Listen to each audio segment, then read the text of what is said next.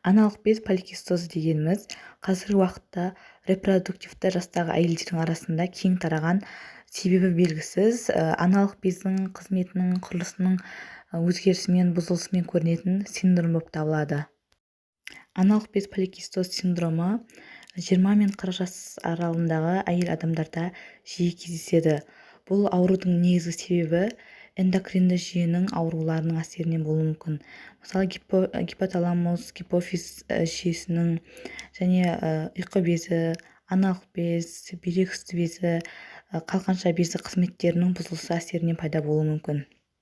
Бұл кезде қандай өзгеріс болады? Қалыпты жағдайда аналық безде көптеген фолликулалар жетіледі. Олардың ішіндегі доминантты, яғни үстем фолликул жетіліп, содан аналық жұмыртқа жасуша шығады. Одан кейін жаңағы аналық жұмыртқа жасуша шығып кеткеннен кейін фолликуланың орнында сары дене қалыптасады.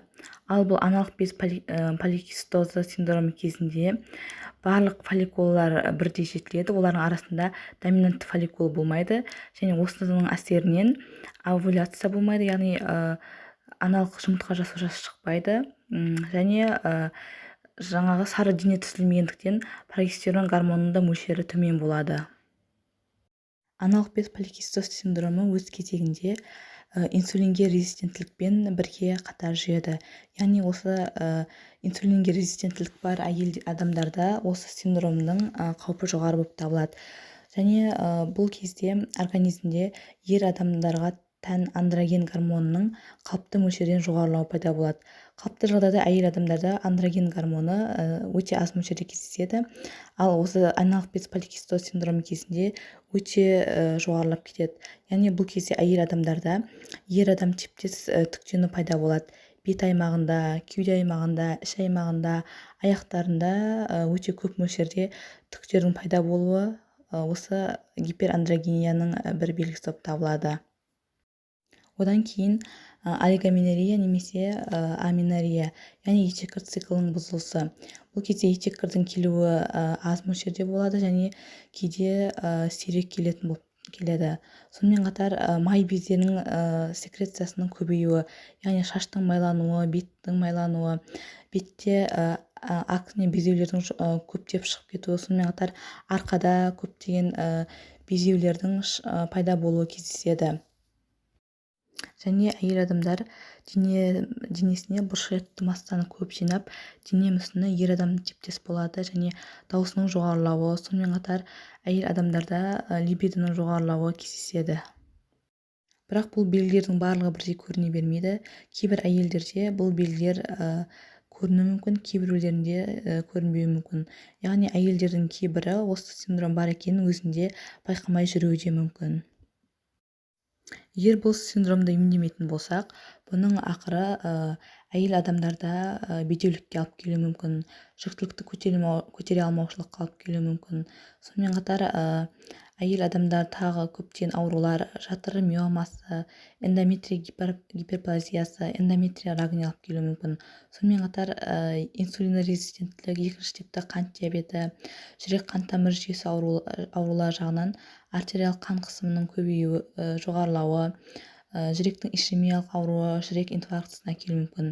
Және дислипидемия, яғни организмде май алмасуының бұзылысы, сонымен қатар депрессия болуы мүмкін әйел адамдарда. Жаңағы алкогольді емес стеатогепатоз пайда болуы мүмкін, яғни бауырдың аурулары, одан кейін альцгеймер ауруына алып келуі мүмкін. Аналық без поликистоз синдромы толық емделмейді, яғни оны толықтай емдеп жазатын ешқандай дәрі жоқ. Бірақ бұл толықтай емделмегенмен өмір салтын өзгертіп және оның әр адамға, осы поликистоз синдромының типіне байланысты ем қабылдап, жүктілікті болдыруға және басқа да симптомдарды жоюға болады. Ең бірінші бұл диагнозды қою үшін гиперандрогения немесе гирсутизм. Бұл кезде жаңағы организмде айтып кеткенде андроген гормонның әсерінен жоғарылауынан болатын ер адамға тән белгілердің соған тән түктенудің болуы болатын болса, одан кейін жаңағы етеккір циклының өзгерісі болатын болса, аз келуі итеккірдің немесе мүлдем келмеуі, және үшінші ол УЗИ арқылы аналық безінің УЗИге түсіру арқылы ондағы өзгерістерді, фолликулалардың өзгерісін көру арқылы диагноз қоюға болады. Осы үш критерийдің екеуі болатын болса, онда сізде осы синдромды нақтылауға мүмкіндік бар. Ал егер енді еміне келетін болсақ, ең бірінші өмір салтын дұрыстау. Артық салмақ болатын болса, артық салмақтан арылу, дұрыс тамақтану, жаңа қант диабеті бар болатын болса, соған сай диетаны ұстап, инсулинге резистенттілікті төмендету. Одан кейін егер сіз жүктілікті жоспарламайтын болсаңыз, онда кок препараттары, яғни комбинирленген оральды контрацептивтер қолдануға болады. Егер сіз жүктілікті жоспарласаңыз, онда аналық безге стимуляция жасау қажет. Бұл аналық безге стимуляция жасаған кезде, ол кезде жаңағы аналық жатыр түтікшелерінің өткізгіштігін тексеру, сонымен қатар спермограмманы құрамын, мөлшерін қарау қажет.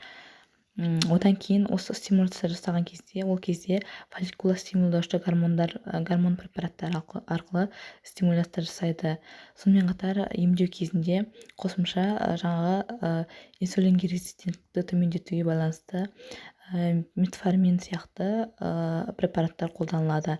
Және осылардың әсерінен де жүктілік болмай жататын болса, онда экоға жүгінеміз. Ал бұл кезде қандай гормондар тапсыру қажет екенін және басқа да нюанстар жайлы алдағы видеода айтатын боламыз.